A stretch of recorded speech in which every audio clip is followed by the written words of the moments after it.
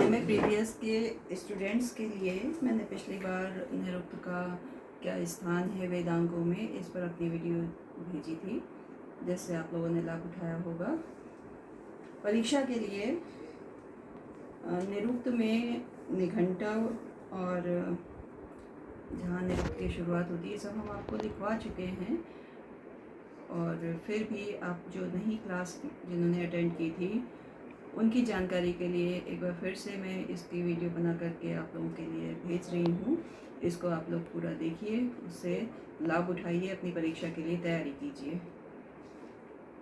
तम इमं समाम्नाय निघंटव इत्याचक्षते। हमारे ग्रंथ की शुरुआत ही यहीं से होती है।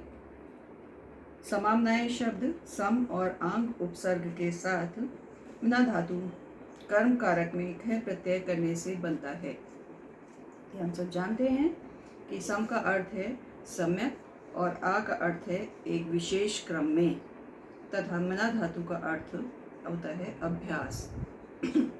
अर्थात किसी विषय का एक विशेष क्रम में एक अभ्यास करना, किसी विषय का बार बार विचार करना, चिंतन करना, मनन करना आदि। अतः समाम्नाय शब्द का अर्थ हुआ वह शब्दकोश जिसमें एक विशेष दृष्टि से बार बार विचार करके शब्दों का संग्रह किया जाता है। यह है हमारा निघंटु निरुक्त। समाम्नाय समाम्नाता का अभिप्राय क्या होगा कि अभीष्ट वैदिक शब्दों के संग्रह का कार्य अब समाप्त हो चुका है, अब उसकी हमें व्याख्या करनी चाहिए।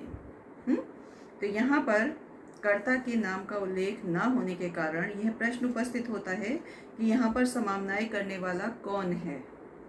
यहाँ इस शब्द का परंपरागत और प्राचीन शब्दकोश का अर्थ करते हुए अनेक व्याख्याकार यास्क से भिन्न को ही निघंटु का रचयिता मानते हैं, जबकि समाम्नाय समाम्नातः स व्याख्यातव्यः दोनों ही वाक्य इस बात का स्पष्ट संकेत देते हैं कि स्वयं यास्क ने ही इस वैदिक शब्दकोश का संग्रह किया और फिर बाद में उन्होंने उसकी व्याख्या की है।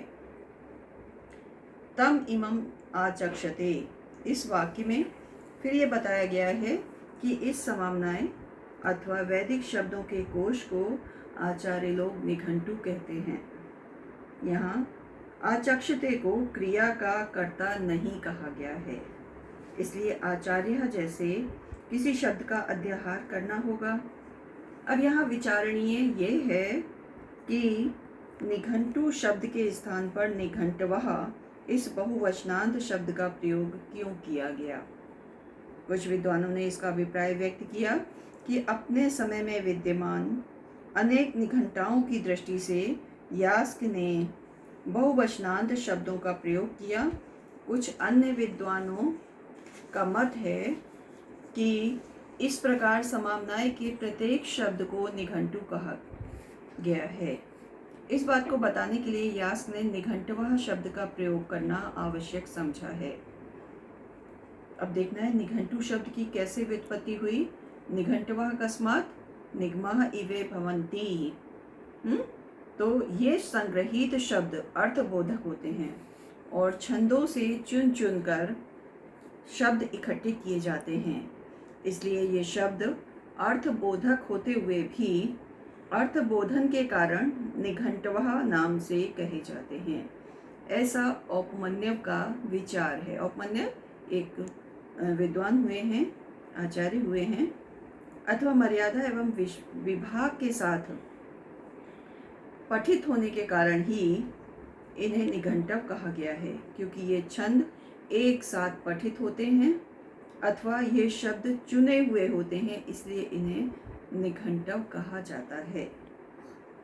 इस तत्व का उल्लेख करने के लिए निघंटव शब्द के यहाँ 3 निर्वचन दिए गए हैं, क्योंकि कस्मात शब्द के प्रयोग से एक या अनेक धातुओं का निर्देश किया गया है, इसलिए यास्क ने निघंटवः कस्मात यह प्रश्न हमारे समक्ष उपस्थित किया है। निघंटु शब्द रूढ़ी है, यह कोश का वाचक है, क्योंकि अमर कोश आदि को भी निघंटु कहा जाता है। यास्क उन विद्वानों में से हैं जो सभी शब्दों को यौगिक मानते हैं। इसी कारण एक सरल एकमात्र अर्थ का ध्यान रखते हुए ही रूढ़ी शब्दों का भी निर्वचन करना चाहिए, चाहे धातु या शब्द जो भी हों, उनके विषयभूत शब्द में कोई समानता उनमें हो या फिर ना हो। यास्क ने निघंटु शब्द के 3 निर्वचन किए हैं, और उससे निर्वचन करते हुए उन्होंने 3 धातुओं का निर्देश किया, गम, हन और ह्री। प्रथम निर्वचन के अनुसार उन्होंने क्या कहा कि ते निगंतवा एव संतोः निगमंतवात् निघंटवः उच्यन्ते इति औपमन्यवः। तो उनके अनुसार निघंटु शब्द नी उपसर्ग के साथ में गम धातु से बनता है। चूंकि समाम्नायों में बड़ी सावधानी के साथ वेदों से शब्द चुन चुन कर इकट्ठा किए जाते हैं, इसीलिए इन शब्दों के अर्थ ज्ञान के द्वारा वैदिक मंत्रों के अर्थों का भी ज्ञान होता है। अर्थबोधक होने के कारण ये शब्द निगम के अर्थात अर्थ के निश्चायक होते हैं। इस कारण निगम के पर्याय के रूप में नी प्लस गम के साथ औणादिक तुन प्रत्यय लगा करके निगंतु शब्द, और उसके बाद ता, टा और गा को धाप होकर निघंटु शब्द बना। यास्क ने इसकी व्युत्पत्ति निरुक्त के प्राचीन आचार्य औपमन्यव के अनुसार ही दी है।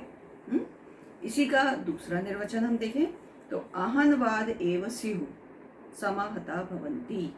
निघंटु शब्द सम और अ उपसर्ग के साथ में हन धातु से निष्पन्न होगा। समाहनन समाम्नान का इस प्रसंग में लगभग एक ही अर्थ है, और वह है मर्यादा पूर्वक विशिष्ट विभाजन और दृष्टिकोण के साथ में शब्दों का एक क्रम से संग्रह किया जाना। इस निर्वचन में हेतु है समाहता भवन्ति, समाहता भवति, अर्थात निघंटु के शब्द सम्यक रूप से एक साथ पढ़े गए हैं, क्योंकि यहाँ यास्क ने एक शब्द को प्रयोग किया है, अहनवाद एव स्युः। यह उचित भी है, क्योंकि निघंटु के इस निर्वचन में इस बात पर जोर दिया गया है कि एक विशिष्ट मर्यादा में पठित होने के कारण इन शब्दों या शब्दों के समूहों को निघंटु कहा जाता है। यहाँ सम और आ उपसर्गों के साथ हन धातु से तुन प्रत्यय लगाकर निघंटु शब्द की व्युत्पत्ति कही गई है। तीसरा निर्वचन यद्वा समर्हता भवन्ति में समाहरण अर्थात वेदों से शब्दों को चुन चुन कर इकट्ठा किया जाना, एकत्र करना है। इसलिए यहाँ सम और आ उपसर्गों के साथ ही धातु से तुन प्रत्यय की कल्पना की गई है। यहाँ पर भी निघंटु शब्द की इन तीनों जो व्युत्पत्तियाँ बताई गई हैं, इनको समाम्नाय की तीनों ही विशेषणों को प्रकट किया गया है। निघंटु के शब्द मंत्रों के अर्थ का बोध कराते हैं। वे समूह रूप में एक मर्यादा के साथ संग्रहित या पठित होते हैं। वे शब्द वेदों से चुन चुन कर इकट्ठा किए जाते हैं, इसीलिए उनको निघंटु कहा जाता है। यहाँ पर चत्वारि पद जातानि नामाख्याते चोपसर्ग निपाताश्च, ये भी आता है कि पद जो हैं वो कितने प्रकार के स्वीकार किए जाएं, समाम्नाय के पदों का किस प्रकार से उल्लेख हो।